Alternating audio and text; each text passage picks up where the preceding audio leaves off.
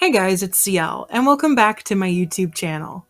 I make brand new Critical Role recaps every Saturday at noon, and would be happy to have you join the party. If you haven't already, please go ahead and subscribe, and hit the Bertrand bell to be notified of future videos. Now, without further ado, let's discuss the 24th episode of Campaign 3 of Critical Role. Following the tense conversation the night before between Imogen and Laudna, yikes, Bells Hells is awoke early in the morning by the desperate calls of Orem. Rolling a natural 20 on his perception check, the halfling notices the earth slightly shifting below as a caravan is traveling beneath the airship. Afraid of an attack, our heroes and the crew of the Silver Sun manage to send out their grappling hooks to stop a rampaging creature called a Dustra, a strange earth-colored squid with 4 mouths and several tentacles. I'm sorry, but everyone has their fetishes, that's a little much for me.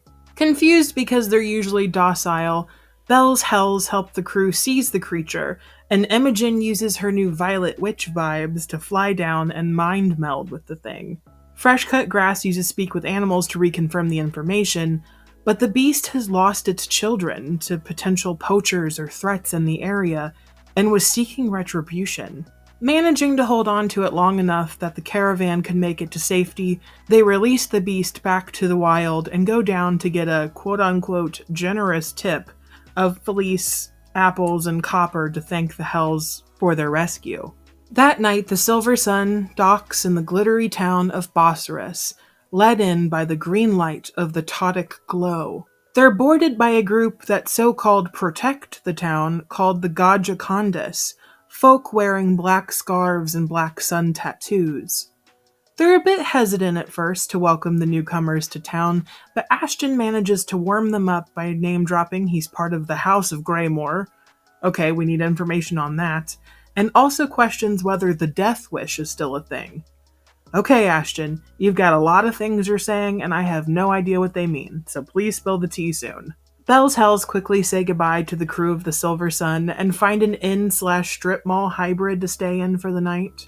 Pulling out the strange device Daddy Asteros gave them that can lead them to Treshy within a few miles radius, our heroes take watch to make sure Treshy doesn't move from their southwest-ish location. And by take watch, I mean Fern creepily rubs FCG's chest, creeping them out and waking them up, totally ignoring the object entirely. Then FCG gets spooked by a bird outside and spends their entire watch hiding behind a chair. And then, when they wake up Chetney for his watch, the pair instead continue to obsess over this hawk, as our robotic friend officially unveils the true final villain, Shithead the bird. A totally not hawk who, whenever it sees the golden yellow automaton, poops on his head. Luckily, sharing this traumatic experience between friends allows FCG to call Chetney a trusted companion, which is pretty cool. The next morning, our heroes discuss checking out Treshy, but first decide to venture to a good old eatery called the Taste of Tal'Dorei. Luckily, before we get to witness that atrocity, Bells Hells hear a call for help as an elvish woman is being attacked by a group of thieves. The woman happens to be the wonderful Erika Ishii, who is exciting to see at the table after all this time.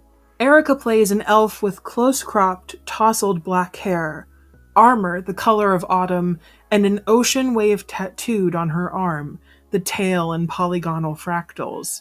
Honestly, pretty sick. Battle ensues, and they manage to win without anyone losing a hair. Lol, not. Imogen remembers the wild magic focus she had and decides to use the object, which causes all of her lovely purple locks to completely fall off. The distraught look on Laura's face was priceless, as well as Matt's look of mixed glee and oh shit as he skimmed over the number 55 on the wild magic table. But all is not lost.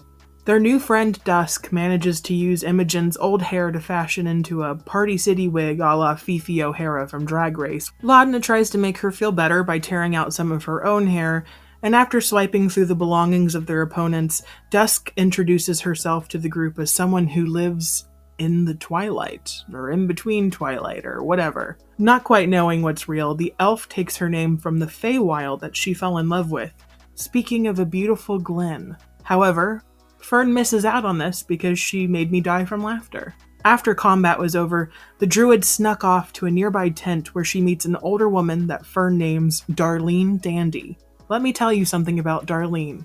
She's high as a kite, and isn't all there, describing to Fern as she sniffs the colorful, hot wink wink aromas that she uses to pass her time in hell, the Hellcatch Valley. That's such an old person thing to do. Hey, let me be super warm and funny and then stab you in the stomach with some realism that you hope isn't true because it makes you feel super bad and hope that you never reach that age where you reach such depression. But after Darlene confirms this isn't her tent, Fern simply shrugs and explains that all of the things she's stealing from this tent are just things she left behind on accident and bids the woman adieu. What did you guys think of the episode? It felt very hair-centric, because not only did Imogen get a new haircut, but Laura and Ashley both sported very gorgeous new hair colors themselves.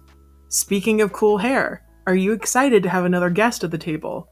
Erika Ishii has been a longtime friend to the show, so I'm excited to see what Dusk does and brings.